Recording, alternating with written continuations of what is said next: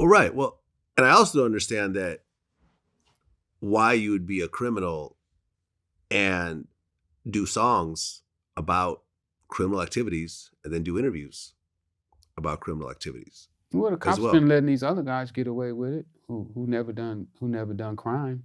So the cops have to investigate to see who's lying and who's telling the truth.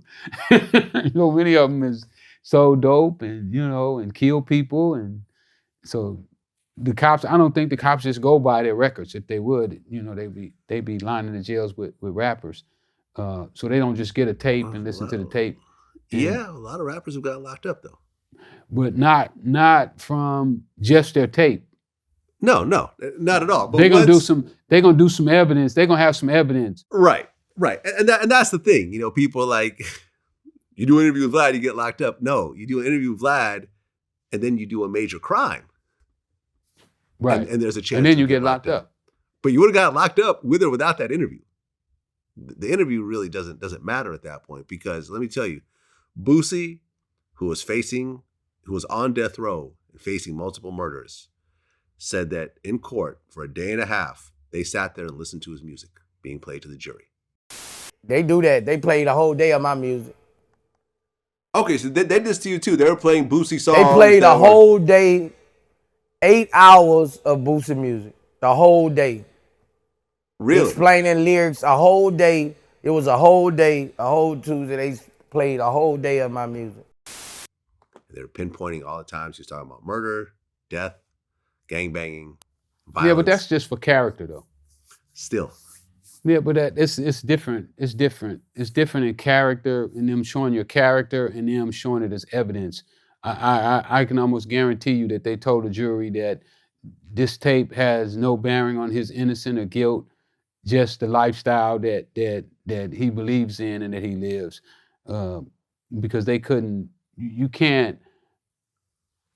That would be like if an actor was going to court, he played a serial killer, and he was going to court for killing his wife, that they would say, well, look at this movie he played in, he was a serial killer. So, yeah, but they still do. Well, that's never been done for an actor, but it is being done for rappers all the time.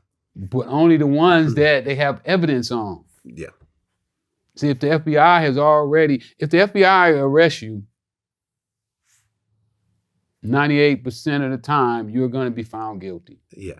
So if they arrested you, if they took the time out to arrest you, yeah, the feds are no joke. You automatically 98% chance that you are going to prison. I know one person. Well, I know two people part of the same case. Three people in a federal case that got away with it. That's Irv Gotti, Ja Rule, and Chris Gotti. Yeah, they didn't do nothing. Murder Inc. They didn't do nothing. Murder Inc. beat a Fed case. No, they didn't beat a Fed case. They got dragged in a federal case. They got dragged in the Supreme's case. Yeah. And they had no evidence that Irv Gotti had did nothing. But they were still being charged. What they do? Yeah, the feds do that. They'll throw you in. Right. You know about this case, obviously. Yeah, I read about it. I read all the articles and everything. They had no evidence that they did it. That Irv had took any money. Irv got money from Def Jam, to start the label. So yeah, they had no evidence in that case. So they didn't really beat the case.